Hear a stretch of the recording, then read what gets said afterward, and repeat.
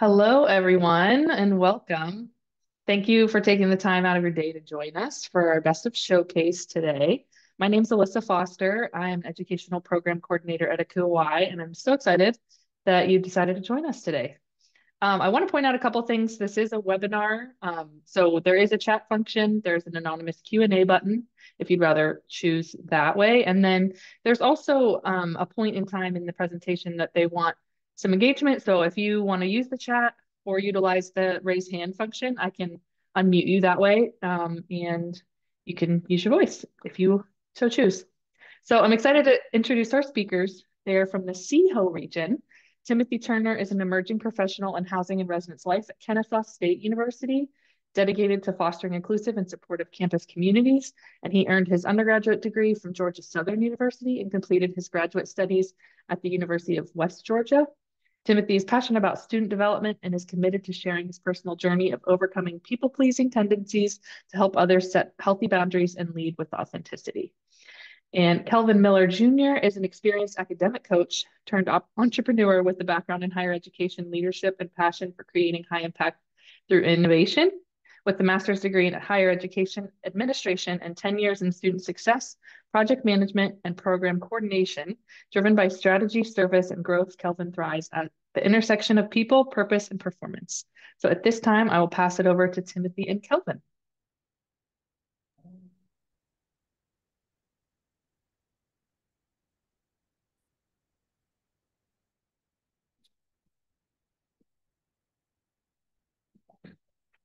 Kelvin.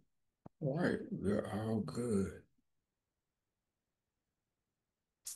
All right, good morning, everyone, or I guess afternoon now. Thank y'all so much for coming out to our presentation. Easy to please, hard to maintain, combating people pleasing in the workplace. Like Alyssa said, my name is Timothy Turner. I currently work at Kennesaw State University, where I work as a community coordinator on the Marietta campus. And my name is Kelvin Miller. I am also a community coordinator here at Kennesaw State University, and I am on the Kennesaw campus. All right. And so with that, we wanted to give y'all a little context on our topic for this presentation. We understand, especially in higher ed, that it's a lot of things that kind of get thrown our way as student affairs professionals, especially in housing and residence life. And a lot of things in our scope of work we really can't control. But after having some conversations with Kelvin, we really started to discover that a lot of the extra work that we were noticing that we were placing upon ourselves wasn't necessarily because of the job itself, but because we were trying to um, appease other people or felt like we had to do things to kind of be liked in our roles or just felt like we had to from like a societal pressure kind of lens. And so we're really excited to have that dialogue and to talk about some of the things that we've experienced as professionals in our careers, but also hearing from some of you all as well and seeing how y'all's kind of matriculation into the field and if y'all have run into any people pleasing experiences like ourselves. And so with that, I'm going to go ahead and dive into the presentation. And as Alyssa mentioned, it is interactive. And so we'll be asking some questions to get some dialogue going. And if any of you all feel led to answer or want to respond, feel free to engage in the chat and we'll kind of use those as some talking points throughout the presentation. But with that, we want to ask the first question is what is people pleasing? We recognize that some people may not be familiar with this phrase or they may have experienced it but don't necessarily know the word to put to it. And so if any of y'all have any comments or things that y'all want to add to this, feel free to drop them in the chat and we'll use those as talking points.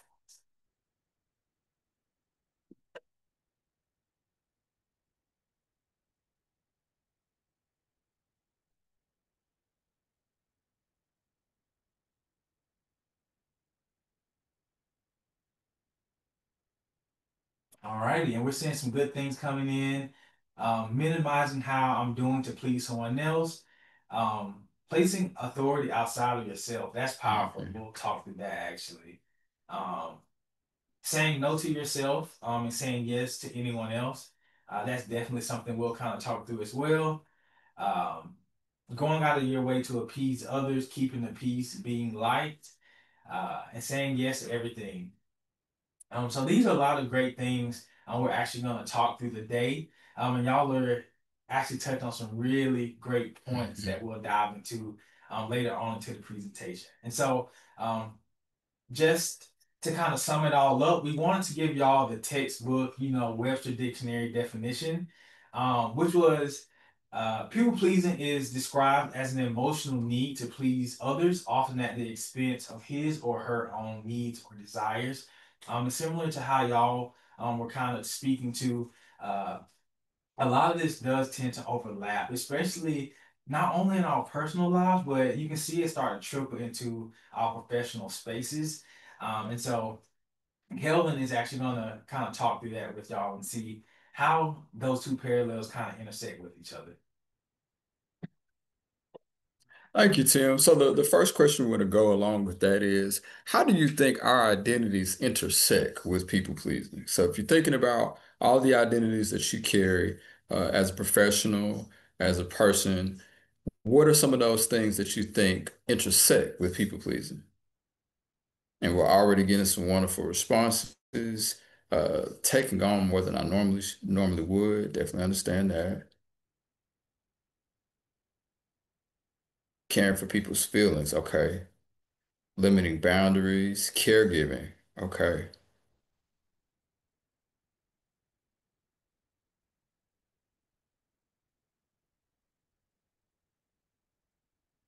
Establishing unrealistic expectations for myself and others.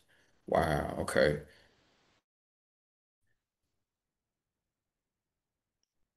And being mindful of everyone else's feelings, empathy. I see a lot of empathy. Instead of having healthy conversations on boundaries, acting as though everything is fine and okay to be seen as nice or pleasant. Oh, definitely, for sure, for sure. And being more likely to people please when power dynamics are at play. Definitely can understand that. And that's not our only question. We actually have one more discussion question we want to give to you all as well.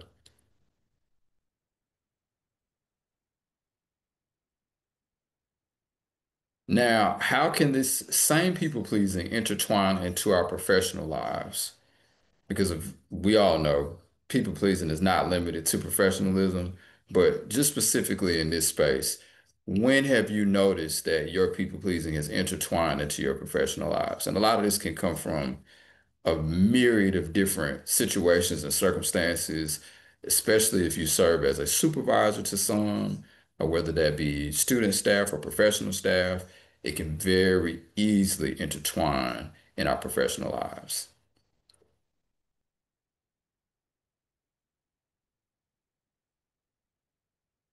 Okay, I see that Callista put, we may feel compelled to people please when starting a new role or trying to get a promotion, and that I definitely can agree with that.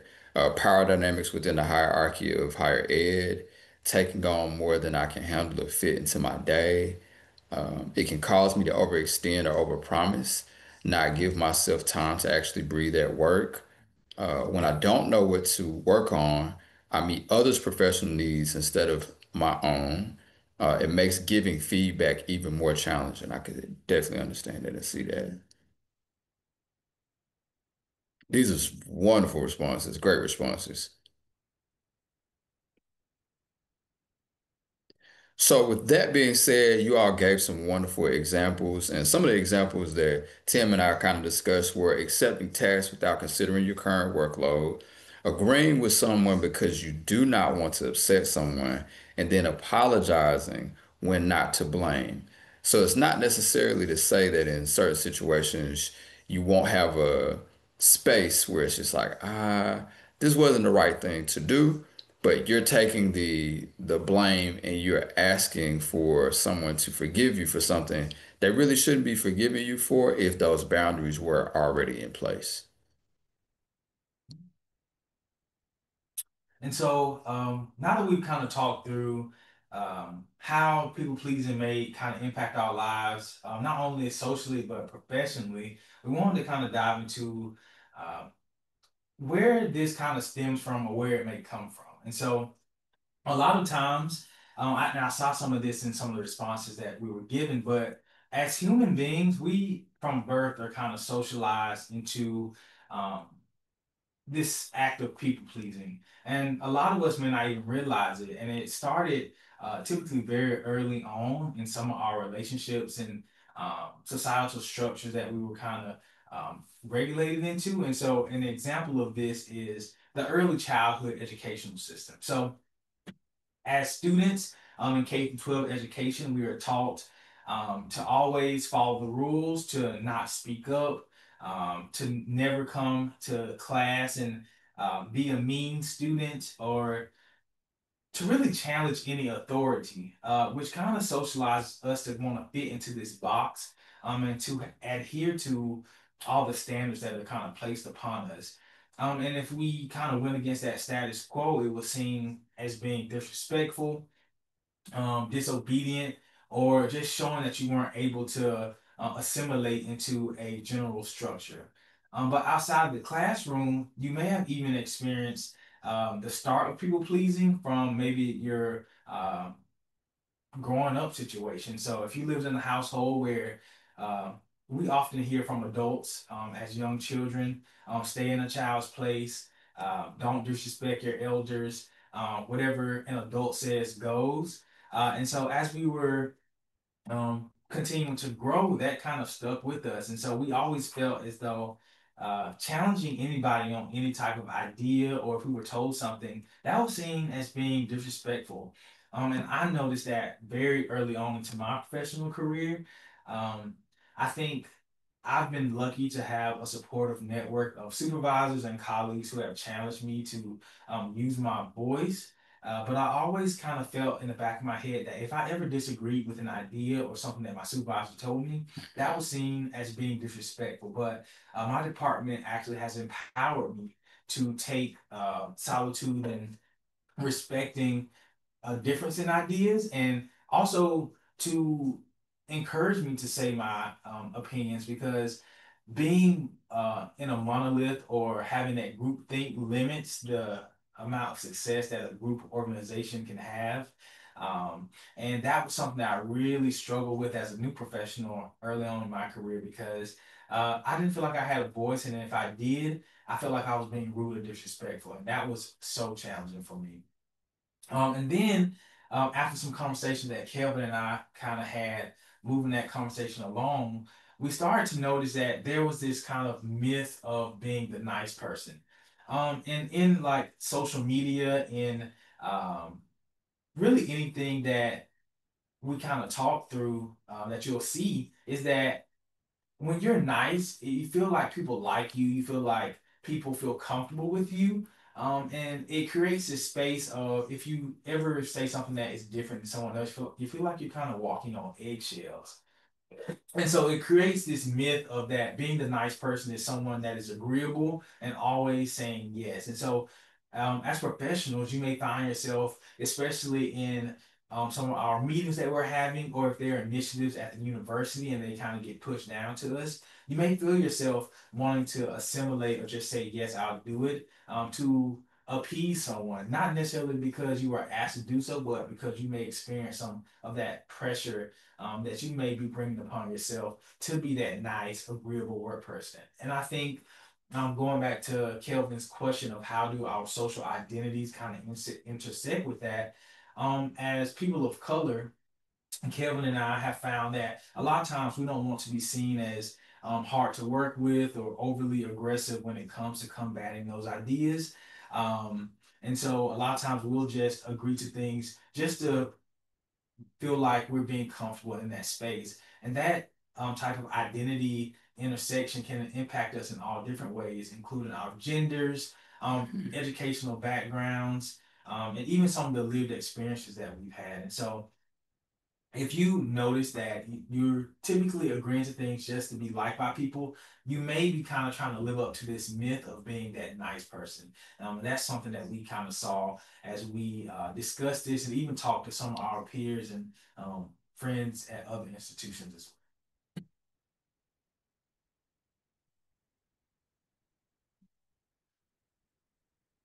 Okay, so transitioning from that space, I want to talk about these three different sectors: institution type, position level, and institution size. And before we get too deep into that, you can see that each one of these spaces are interchangeable. So whether you are at a private institution and you're a mid-level professional, and that same institution is a mid-size, you're probably experiencing people pleasing. Whether you are a senior level professional at a small institution that is public, you are probably experiencing people pleasing. And you may be on one or both sides of people pleasing. So, where you may be being in spaces where you feel like I need to make sure that my staff likes me so that we can get these jobs and these tasks done. You could be the leader or the supervisor who is seeking the people pleasing from others, or you may be the professional who is seeking people pleasing from the individuals that supervise you and or the individuals that you're trying to do your work for. So the students, the residents, the people who are in the spaces that are affected by the decisions that you make. And the one thing that Tim and I talked about that kind of stuck out to me was the average memory of a goldfish is 8 seconds. For a human, it's even shorter than that, especially with the introduction of social media. And I bring this up as a valid point to just remind people that in the midst of you having all of these different feelings that you have when you are people pleasing or seeking for others to feel pleased by the things that you do, you do not forget how people make you feel. And that lasts for far longer than 8 seconds. So whenever you're in these spaces, when you're making these decisions, you're making choices, and you're thinking about, well, how did I make these people feel when I did this thing? Don't forget about yourself. Don't forget to think about those spaces where you're saying, yes, I'm people pleasing, but am I pleasing them so that I'm portraying myself?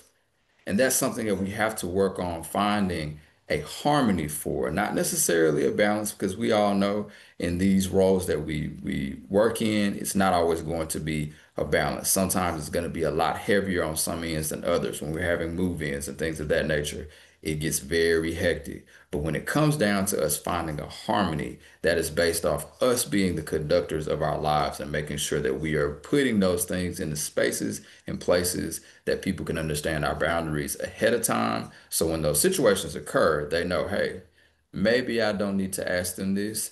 And or if they do decide to ask us, we can rebuttal with, hey, my workload is really heavy right now, and I definitely wish I could help you and assist you in this matter, but maybe at a different time.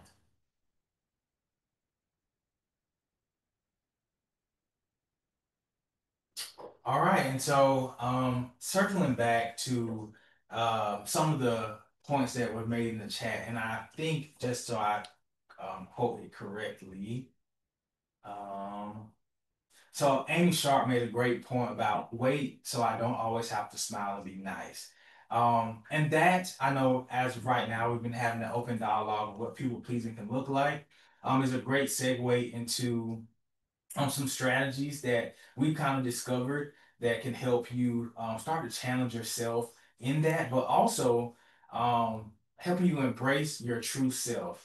Um, and so, uh, Amy, we're actually, I think, at a great point in our careers as professionals, recognizing that there's a lot of different things that are changing right now, um, from a higher up structure all the way down to the student population that our institutions are facing. And so I guess diving into um, how do you make sure you're not creating the same environment for your staff? And I think that is to first start embracing your true self, but also encouraging your staff to embrace their true selves. Um, and that just means recognizing and accepting your real thoughts and feelings, And you don't need to hide who you are to be valued and loved. And so in that instance, what that essentially means is if you're in a professional space or social space and you start to notice that, well, hey, the people around me aren't really valuing my authentic self and they aren't valuing the things that I want to present myself as, one or two things can happen. A lot of times I've learned from my staff members is that I try not to attribute ignorance to malice. And so what that means is I often assume that those around me know how I'm feeling. And the first step that I have to kind of challenge myself on is, have I told them how I'm feeling? And do they know that I'm experiencing these things?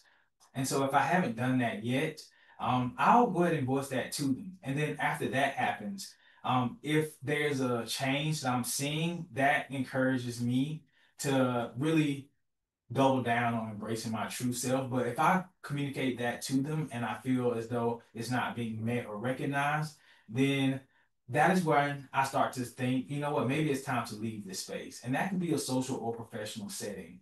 Um, and as someone who is very early on in my career, I do try to um, kind of voice who I am and what things I'll need to be my authentic self in that space. And I've been thankful to have supervisors who have met me in that way. But I've also experienced peers and colleagues and supervisors who may not meet me in that way. And that is where I had to kind of assess what things are keeping me in that space, whether professional or whether that is a social setting with friends and family. And to your point for your staff, if they see that you are modeling that way for yourself amongst your peers, you can kind of create that kind of self-authorship amongst them so they can start challenging themselves to, hey, let me communicate how I'm feeling or what I need to those around me, my peers, my professors, my supervisors. And then they can start filling out the autonomy of what spaces they need to be in and what spaces they feel supported in. And if you can help them embrace their true selves, that'll really start that domino effect. So after you are no longer their supervisor, or if they no longer are working under you, they can also create that kind of space for themselves in their new environments. Um, and so that was a great question, Amy, as well. And so I guess also looping that back into something that Kelvin and I found, especially as our staff members that we would see in them, is overworking ineffectively.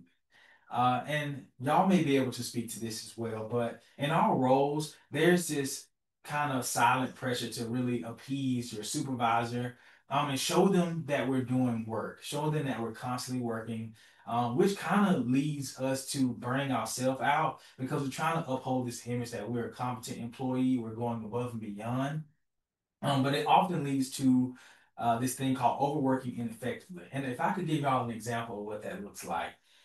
So I don't know if y'all have experienced this, but if you work in a shared space office, anytime my supervisor, if I notice that they're walking around, even if I'm in my office and I'm working on something, I'll start clacking on my keyboard or just looking very involved if I see them walk in front of my office space to show them that I'm working. And it sounds kind of silly now that I think about it, because my supervisor, obviously, my work speaks for itself, but I will try to physically show that I'm going out of my way to do something. So it never looks like I'm slacking on the job. But overworking ineffectively could be kind of a symptom of people pleasing in the workspace because you're trying to overexert yourself to show those around you that you are working when essentially, um, you are a great employee, and if you do great work, it should, in theory, speak for itself. And we don't want to get caught up in that kind of loop of overexerting ourselves to show what we're doing when our work kind of speaks for itself. And if any of y'all feel like you're not being appreciated in your specific roles or departments, that may be a conversation that kind of tie back to your true self of letting your colleagues know how you may be feeling a little bit unappreciated. And it's never a bad thing to kind of root for yourself and acknowledge some of the great work that you're doing. Some people may see it as being cocky or kind of vain, but recognizing and appreciating yourself is definitely something that I think we all could work to do um, as professionals, because if people don't recognize it, and I think Sarah, you just kind of hit on it. Self promotion is a great skill to have, and you can showcase yourself in the best light, much better than anyone else can. So take those times if you have anything that's worth celebrating, even the small wins, to get those out in front of your peers and your supervisors as well, because you'll never know. What people can kind of speak your name into the higher spaces. And so if you give them something that you're doing and show them that, it'll give them a lot easier kind of dialogue to spin about you rather than allowing other people to create their own notions about you. And then lastly, a great thing to kind of help start that dialogue of how to create more comfortable spaces where you don't feel like you have to people please is starting to redefine what it means to be a good employee. And what that means is a truly good person balances self respect with consideration for others by leading by example and encouraging a culture of honesty and support. And sometimes it takes being the change that you want to see. And so, if your department isn't particularly strong in this area, a lot of them, like I said, they may just simply not know what that looks like because they may have come from other work environments or social settings where um, it's not as comfortable and maybe a bit more toxic. And so you can be that spark to ignite others in your spaces to start being not only good employees, but good humans in general. And so taking that kind of initiative to champion what that looks like in that space and being that role model really speaks volumes, and it gives people a more clear path to helping create that. Because a lot of times people don't do these things because they simply don't know how to. You could be that educational person in those spaces to create that environment for them.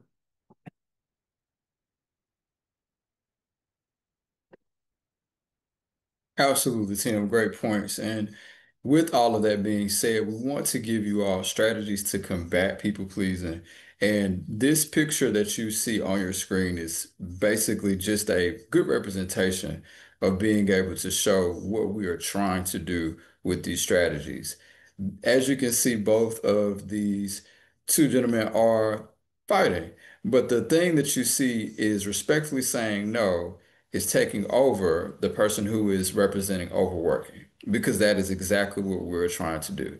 Now, we're not encouraging you by any means to go out of your way and be nice nasty to any of your supervisors or your colleagues when you do say no. So definitely do it respectfully.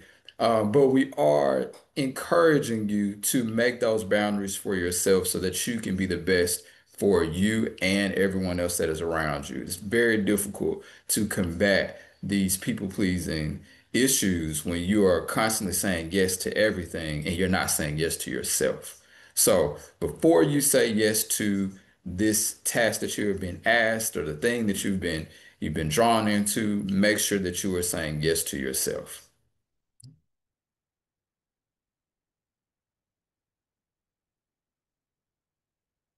Now, these are some of those strategies that through data and research we found. Those three are assertiveness training, boundary setting and time management skills, and encouraging a feedback culture. And I definitely want to touch on encouraging a feedback culture because there are a lot of spaces where having feedback can be seen as something that is negative, but I think if it is done correctly, it can be extremely progressive and constructive for you and the team that you work with. So, starting off with assertiveness training, we have conducting regular workshops and coaching sessions that are focused on assertiveness techniques, such as saying no appropriately and providing feedback. The role playing and the real time practice are components of such training. And the way that I found this being highly beneficial is doing it outside of work and making it a habit for your life. So when someone is asking you to do something and you know you do not have the time, the energy, the bandwidth, the capacity to do it, that is your perfect opportunity to say, you know what? I'm sorry, I can't do it. Or not even apologizing and letting no be a complete sentence. No, it is what it is. I have other things that I need to do. You know what you need to do, and you make that a part of your practice. And the reason why we want that to happen is because their research shows that the assertiveness training is associated with having lower stress, improved emotional well-being, and higher job satisfaction. And who wouldn't want to have that in the thing that we spend majority of our day and our time in each and every week, day in and day out? Another strategy is boundary setting and time management skills. This happens through training sessions that focus on professional boundaries, which is managing time effectively and prioritizing tasks. Managers can also model healthy boundary setting behaviors, which normalizes saying no when necessary. If your no becomes a static piece in your literature, people will not feel so strongly when you say no. Now, the first time, it may happen. If you're the people pleaser of the office and people are not used to you saying no, they may be a little shocked. But the more that you say no justifiably and with due respect, it's easier. It gets easier, and people understand your no a little bit better, and they're more likely to respect those boundaries that you put in place. And the reason why we want this is to make sure that workplace burnout emphasizes that boundary setting plays a key role in preventing exhaustion and disengagement caused by people pleasing. This is a study done by Maslick and Leader in 2016, supporting data just to show this is not just talk, this is real life, this is really happening in the spaces and places that we work in. And the last one is encouraging a feedback culture. We should actively seek to provide constructive feedback and encourage open discussions. This could be in regular one-on-one meetings or in peer review systems that can help us and our employees that work with us feel more confident about expressing themselves authentically. The supporting data we have behind that is from London and Smither in 2002 that found feedback-rich environments improve employee self-efficacy and reduce approval-seeking behavior. This also promotes more genuine interactions and something that I use as a visual tool. I'm a visual person. You may or may not be able to see my hands, but when I was trying to learn my left from my right, I could not remember as a kid. So teacher gave me put your left hand up and your right hand up, and you'll always look and see the hand that makes the L is your left hand. The hand that makes an R is your right hand. So I said, okay, I got it. And I carried that with me for a very long time, even as I got into my professional career, to remember to always give myself that perspective that if I am doing what's right, I can't get left. So if you ever are feeling the spaces of like, I don't know how I'm going to say no in this space, just remember the perspective that you want to give yourself and others to make sure that you're doing what's right and you're doing what's right by you so that you are not leaving yourself on the back burner and you leaving yourself in spaces and positions where you can't advocate or do the best for your team. That was a great quote, Kelvin. Was that off the dome? That was off the dome. That's coming from me. I did have a quote earlier. I do want to give credit to Dr. Shannon Corey at Georgia State University. She is the person who told me about balance instead of harmony. So I give credit where it's due, but I had to take the reins on that one. And so, um, thank you for sharing those strategies, Kelvin. I think one great thing to remember, especially as we start to navigate our lives as human beings, is that there's so much in life that we can't control. You know, life's, and there's so many factors that we can't have any sphere of influence on. And if we spend all of our days trying to control other people, other things that are outside of ourselves, we will run ourselves kind of reckless. And that starts to take a toll on us. And so, one quote that we found that really kind of spoke to not only people pleasing, but just taking care of ourselves holistically is your peace is priceless and only you hold that key to protect it. And so, with that being said, you only can control yourself. And so, I think the first step in addressing any issue is to do some self-searching to see, you know what, is this impacting me? Is this issue affecting me? And then once you kind of discover that personal dialogue of, you know, if this does relate to you, then you can start to focus on what things are out of your control and what things are in your kind of sphere. And when it comes to people pleasing, as student affairs professionals, we all know that especially in Red's life, there are so many things we can't control: floods, angry parents, angry students, Hmm. crises on campus. Those are all things that we can't control. And it does add a heavy burden to our workload and our plates that we carry.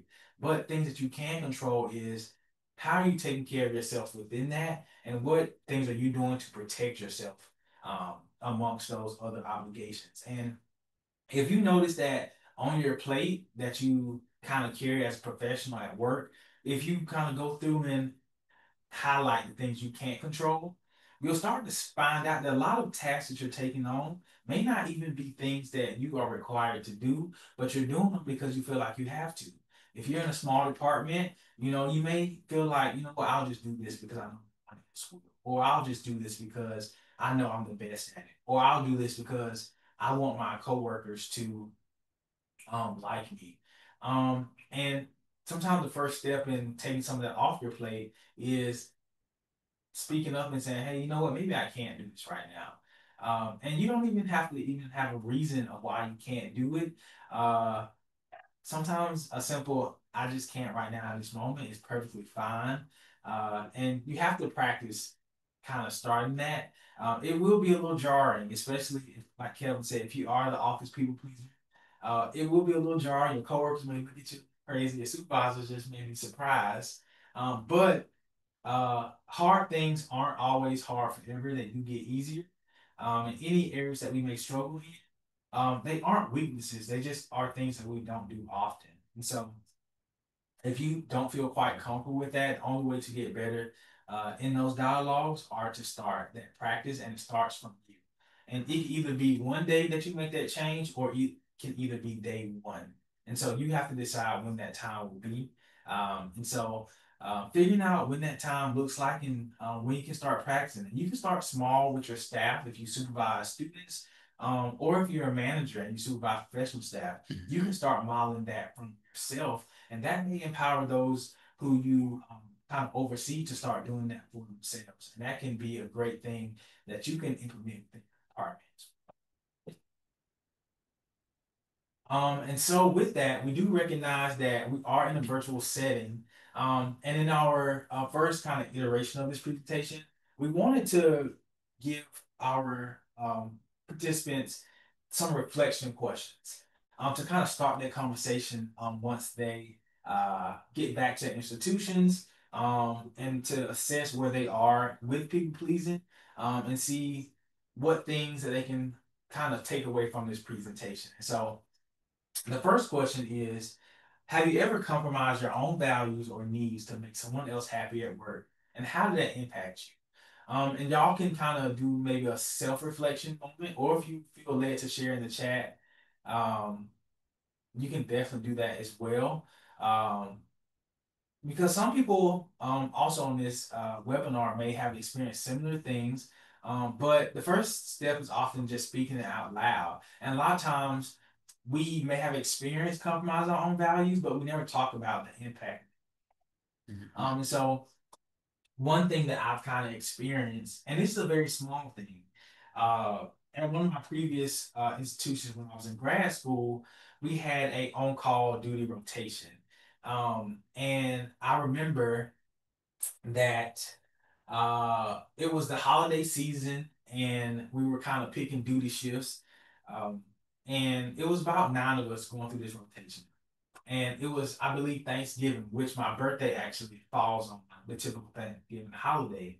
But I had just started at this place, and I really wanted to kind of fit in and make sure that I was being a team player. And when it got time to pick holidays, I ended up picking Thanksgiving because we kind of reached a stalemate for the duty rotation.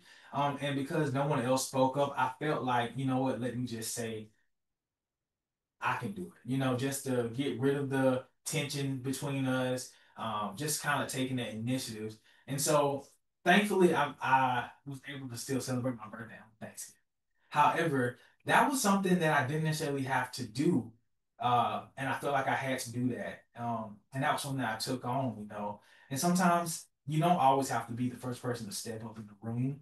And you have to find that balance of being a leader, but also knowing that you can't pour from an empty cup, and if you're always the one stepping up, you don't give others around you to show what they can do, and you also kind of put yourself at a deficit, because then the more that you overexert yourself in that way and don't have that capacity, um, you start to notice that you start to resent those around you, and a lot of negative um, emotions kind of evoke from that. So if you don't give other people time to jump in, you'll never know what they can do because you're always. And so that was one thing that kind of led me to start that deep reflection about, um, am I doing this because I have to or because and so I'll toss it over to Kelvin to talk through the second reflection. So that great stuff, Tim.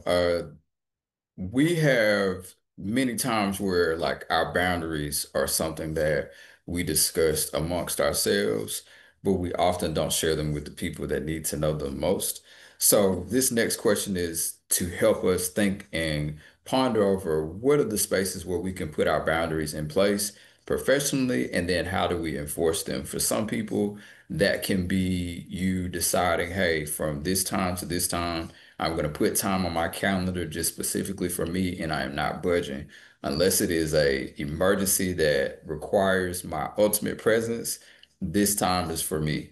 And of course, as our workspace, we have a lot of things that come up, unexpected situations, problems, issues, things of that nature. And sometimes we have to adapt and be able to modify the things that we have going on to make sure that we have our own time. So one thing that I always suggest for new employees is creating time not only to get to know others within your space, but have a space and time to get to know yourself.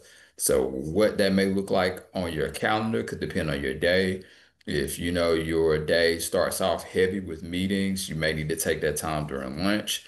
If you know that your lunchtime is very, very short and you have some time later on in the evening, put that time aside and make sure that you have to be in a space where you take everything on in consideration for what is best for you and not necessarily what's going to make someone else happy or what's going to put someone else in a better space. Because, like Tim said, we cannot pour from an empty cup. And a lot of times we're trying to pour from cups that have holes in them. So we're literally just pouring out things that we don't have just to lose it before it even gets to where it needs to go.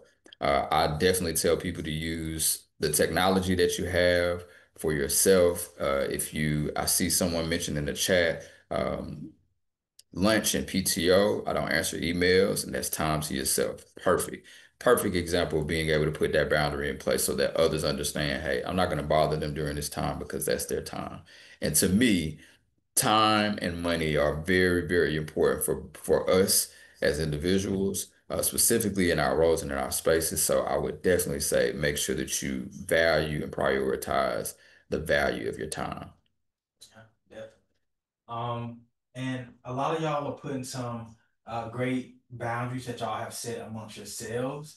And even Demarcus kind of spoke to some trainings that if your department gives you the opportunity to do some professional development, um, that could be something great to help empower those around you to start creating some of those boundaries to protect themselves. And then the last question, and what in your role, what situations do you feel the most pressure to people please, and why? And so this is another question. Y'all can feel free to answer in the chat. But speaking from my experience, oftentimes I feel a lot of pressure from my students. So depending on your role, a lot of times when any concerns are elevated by students, if there's a housing issue that they're experiencing, a crisis on campus, I feel so much pressure to respond in those moments, even when I'm not on call, because I don't want it to blow back up on me.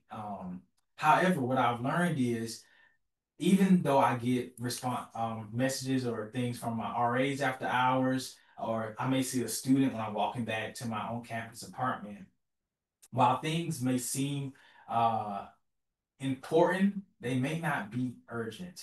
And most housing departments have on-call structures and hierarchies that can address things, and figuring out how to properly, uh, refer those students to those channels of communication, because that those people and those professionals are on call for a specific reason to address just that. And so if you feel like you always have your Superman cape on and you don't have time for yourself, figuring out, okay, maybe this is important, but it may not be urgent. And that can help you deflect some of those things that may kind of bog you down throughout the day. And another time that I think that I feel most pressure, if I get something from like higher leadership in an institution, and a lot of times my supervisor does a great job of this. They will email me and they'll say, "Hey Tim, I know it's after hours, so please don't respond to this until you're back in office, especially if I'm on vacation or if I'm away for a meeting or something." They'll include that in the context. And even when they say that, I still feel led to let me go ahead and respond to this email because um, I just feel like I have to. But a lot of the stuff that we deal with, they may, and I think Amy kind of spoke to this. Um, while it might be an emergency to someone, it isn't necessarily an emergency for others. And I have to remind myself nobody's bleeding to death in wait. That's such a great point, Amy, because I have to do that constantly, especially when I get some concern. I'm like, you know what, this can wait until the morning. And so challenging yourself to not always want to respond to things. It can be in your nature to want to do it, but especially if you're not on call or serving a duty rotation, finding things where you can kind of put that off until the next day, because a lot of times it can't very much wait. Um, and so Demarcus, when your student in crisis comes to your office at 4:55, that's so real. I think that's such a challenging thing because you don't want to cut them off at the knees, but sometimes you might have to redirect them and let them know, like, thank you so much for sharing this with me. I want to give you that time and space to dive deeper into this. I do have somewhere to be, but let me get you in contact with our RA on call or the staff member on call so that they can get that time. Because if you're tuned out and not able to give them that space, you really won't be able to serve them in that way in power. So, um, but thank y'all so much for kind of participating with us in this dialogue about this. We know that people pleasing is something that is very difficult to kind of take on. But we've kind of figured that if we are going through this, a lot of other of our peers and colleagues in the field are going through something similar. And so we want to have that open discussion and just kind of put a spotlight on this issue because people probably experience a lot of these things, but may have not known what it was or what was causing it. Um, and so before we wrap up, we're seeing a lot of great things that y'all was sending in here. And so we can go through and read a few more of those, but I want to say, Kelvin, I think that was the last slide that we Yeah, I think that's it. And then once again, we really appreciate your engagement and your interaction in the chat. It's been wonderful to have you all and have this time and space to just discuss, some of the things that we discuss in our own spaces to be able to share with everyone else and then be impactful to everyone else is something that we really appreciate. So for those of you who have tuned in or watching this as a recording, thank you for your time. Thank you to Akuai and everyone who is involved with the process of the best showcase. We are absolutely pleasure to be here and look forward to other presentations in the future that myself and Tim may have. So look out for us. This is not the last presentation. And I will leave with this note that the word no can also be an acronym. The N can stand for new or next, and the O can stand for opportunity. So anytime when you are saying no, keep that in mind. Don't allow yourself to feel scared about your no because that no can create so many different spaces and places for you to go. Thank